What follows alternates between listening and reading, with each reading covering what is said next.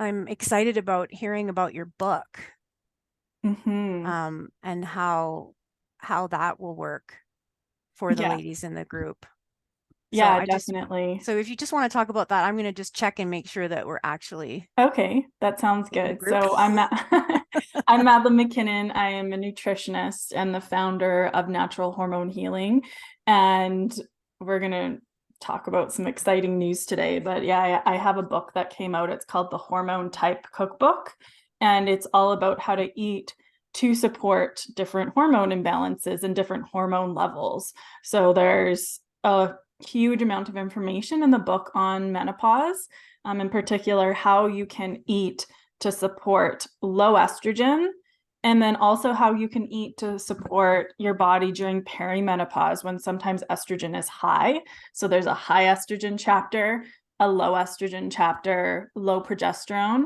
And then there's also more in-depth chapters on thyroid health and adrenal health, because our thyroids especially can start to get imbalanced as the hormones are fluctuating through perimenopause.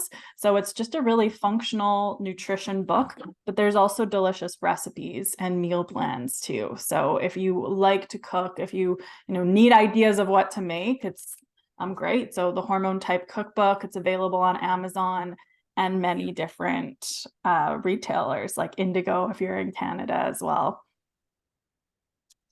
That's really, really great. I'm curious about the book because I think that people need like really current information about what's going on. So did you have to do a lot of research? And because I think maybe you're too young for perimenopause. Yeah, I mean, I'm definitely not in the perimenopause stage yet, but I've been working with clients for the last 12 years on hormone health, and I've helped a lot of clients transition through perimenopause. One thing that I learned a lot about is the phytoestrogens. And just from my research, there's so much controversy about, do you take soy? Can you have flax? Like, are phytoestrogens safe? So I found that was a really interesting topic to dive into for the book and look at different research on that. It was like fascinating. Yeah, and that's been one of my difficulties is that I've had the high estrogen, Mm-hmm. but I had no idea that that was what was going on. Yeah. And that has made a very difficult transition for me in general because I ended up with estrogen kind of messing up my system bad enough that I have endometriosis now. Mm-hmm.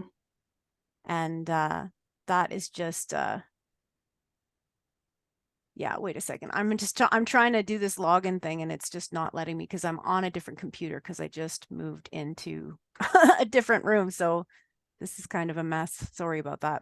Mm-hmm. Yeah, no worries. The with menopause too, one thing I don't think a lot of people realize too is that perimenopause, you go on this hormonal roller coaster ride. I'm sure a lot of you have noticed that already from the symptoms. Like that you're on a hormonal roller coaster, but essentially it's like as you're getting to that last you're at the menopause, essentially you can go into this ride where your estrogen, some cycles will start to go up 3 times more than it should be. So you can have triple levels of estrogen some cycles, and then the estrogen can just go crashing down. So then you may actually have high estrogen symptoms with low estrogen symptoms. So there's some like estrogen withdrawal symptoms that can be like hot flashes, even migraines, like hormonal headaches. And then when your estrogen is peak, then we're dealing, with sore breasts, heavy periods. So that roller coaster is something a lot of people know about low estrogen, that roller coaster is something not a lot of us realize. And a lot of that's really sometimes why people are suffering so much, just being on that roller coaster ride. Yeah, and I've seen that too. Like when I started really getting into learning about it, which I did out of necessity because of my own essentially illness. Mm-hmm. Um, what I see now is like everything's trying to do these overcorrections, right? So our systems are Mm-hmm. like overcorrecting, overcorrecting, overcorrecting, and they're trying to come back into like a balanced state. of homeostasis. That's what's happening. It's trying to do that. But Mm-hmm. that's one of the things I wanted to ask. And I hope that in your presentation that you're going to talk a little bit about our blood sugar, because I think that's also Yeah. really aggravating the situation, right? Because the hormones are doing this, and then our Mm-hmm. blood sugar is doing this all day because we're going for, we want to self-soothe. So we're going for Yes.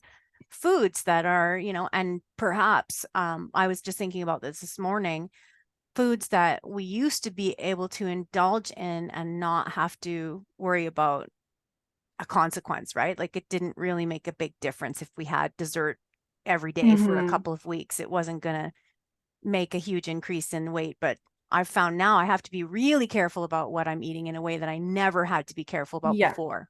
Yeah. And that's what I'm excited to share more about, because the truth is that as we reach especially those later stages of perimenopause, what worked before when it came to nutrition, for example, even if somebody's tried to lose weight before, I want to know if anyone, let me know in the comments if anyone's had this experience where it's like, before maybe you were able to restrict your food a little bit, exercise more, and lose weight when you were maybe in your 30s or 20s. And then all of a sudden you're in your 40s, 50s, and it just doesn't work anymore. It doesn't work the same way. And one of those reasons is due to blood sugar, insulin resistance. It's due to how our hormones have changed, and we can become a lot prone and more sensitive to sugar. And I'll talk more about that in the presentation, and we'll also talk a lot just about what actually that looks like on a day-to-day basis and how to structure your meals to prevent that. And one thing I really want to touch on too is that our blood, like the more we are also on those blood sugar highs and lows, it can also trigger hot flashes more. So there's been research done on hot flashes.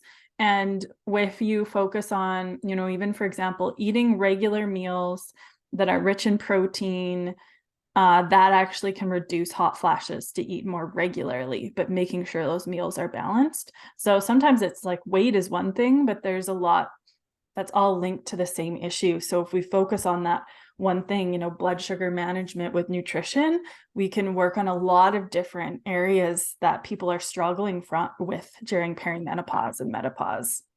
Yeah, and I'm really excited to have found you and excited that you're coming to talk with us because I'm not sure if we mentioned this at all in our back and forths about it, but with this group, I really started it because I don't want women to feel alone. I Mm-hmm. want them to know you are not alone. Yeah. And then every time I'm posting or talking with people in the group, I'm trying to give them a sense of hope and an Mm-hmm. empowerment. And Yes. I know from my own experience and from working with women and clients that this whole idea of changing your diet is intimidating and we're scared about, and we have history too, right, of Yeah. dieting and diet culture and trauma perhaps about changing things. So can you just say, so can you give us some hope? Do you Oh have my gosh. I a mean, present? there is so much hope, and I've seen it so many times with clients. Like I can just think of, a couple of clients that came to me with that situation where they've had hot flashes, they've gained the weight, they're really not feeling comfortable in their bodies. And what I've had, and a lot of them feeling that resistance because they don't want to completely overhaul their diet. And when like I remember I was teaching a class last night, and someone was telling me, she was just like, I really feel like I'm out of control with sugar right now. And I know that I shouldn't be having sugar, but I keep on grabbing it. And, one thing that I think is the most effective is focus on adding things in. So what we're going to focus on is actually like structuring our everyday meals, especially breakfast and lunch, to support our hormone balance. And when we focus on adding meals in, instead of thinking I need to stop sugar, honestly, you'll usually find that you'll crave less sugar over time when you get those meals right. So I used to be in this position where, when I was younger, I used to always feel like sugar's awful. I need to stop eating sugar. And I would make rules in my head that I can't have sugar. And what I found is that whenever I had that rule in my head, I would end up eating more sugar than I did before. So I don't give myself any like limits of like I shouldn't eat sugar. I just focus on nourishing myself with good meals.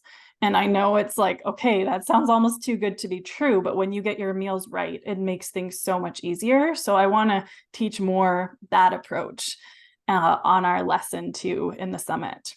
Yeah, and very, very gentle and Yes. loving and Mm-hmm. kind and one thing at a time, and don't Yes. try and do everything at once. Will you show us your book? Can you hold it up and we just have a Yeah. look? Yeah. So Oh, this is, it's beautiful. thank you. Yeah. It has beautiful recipes. Let me see. This is like my superfood avocado toast recipe. There's a lot of modifications too. This is one of my favorite recipes. This is a pumpkin seed pesto Ooh, pasta salad.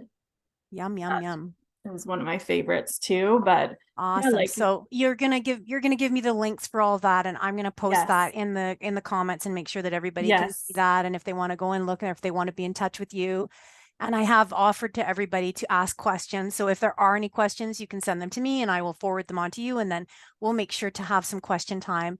And then even if they're watching the replay, I've offered that if they want to send me questions, that I will forward. perfect. Yeah, because we want to get the information out there and Yeah, empower women to feel better. So I think we should yeah. cut it off there because that's Sounds a nice good. little, yeah, teaser. And Awesome.